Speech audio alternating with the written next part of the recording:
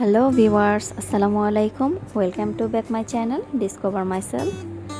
আজ আপনাদেরকে খুবই সহজ একটি রেসিপি করে দেখাবো, যার নাম হচ্ছে ঢেঁড়স ভাজি। এটা খুবই অল্প সময়ে আমরা তৈরি করতে পারবো। তাহলে চলুন রেসিপিটা দেখে নিই।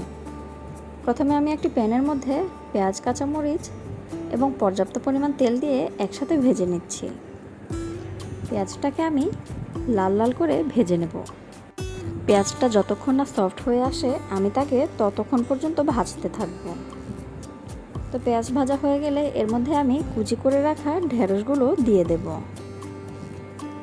এখন ঢেঁড়সগুলো দেওয়ার পর এর মধ্যে আমি পরিমাণ মতো লবণ দিয়ে দিলাম। লবণ দিয়ে উল্টে পাল্টে দিলাম। এখন অল্প সময়ের জন্য ঢাকনা দিয়ে এটাকে ঢেকে দিলাম।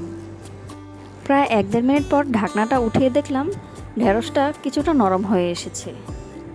এখন চুলার আঁচ একেবারে লো করে দিয়ে এটাকে আমি একদম লো হিটে এটাকে কিছু সময় ধরে ভেজে নেব। তো ভাজা হয়ে গেলে এক পিঠ উল্টে আমি আরেক পিঠে চলে যাব। তো ভেন্ডিটাকে এরকম সুন্দর করে উল্টে পাল্টে ভেজে নেব। তো অনেকেই প্রশ্ন করে থাকেন যে ভেন্ডির মধ্যে পিচ্ছিল যে পদার্থটা থাকে এর কারণে ভাজিটা নষ্ট হয়ে যায়।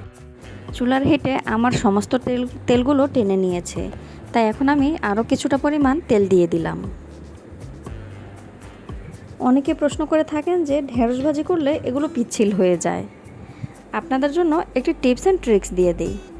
আপনারা করবেন কি, যখন ঢেঁড়স ভাজিটা বসাবেন তখন হাই হিটে দিয়ে চুলার আঁচটা প্রায় 1 মিনিটের মতন রাখবেন। তো এরপর ঢাকনাটা উঠিয়ে চুলার আঁচ একদম লো করে দিবেন।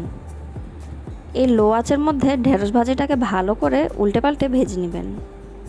আমি এটিকে কিছুক্ষণ পরপরই উল্টে পাল্টে দিচ্ছি, আর নিচে দিয়ে লেগে যাচ্ছে কি না সেটা চেক করছি। তেলের পরিমাণ এই ভাজিতে একটু কিছুটা পরিমাণ বেশি দিলে ঢেঁড়স ভাজি আর নিচে দিয়ে লেগে যায় না। তো দেখুন আমার ভাজি কমপ্লিট।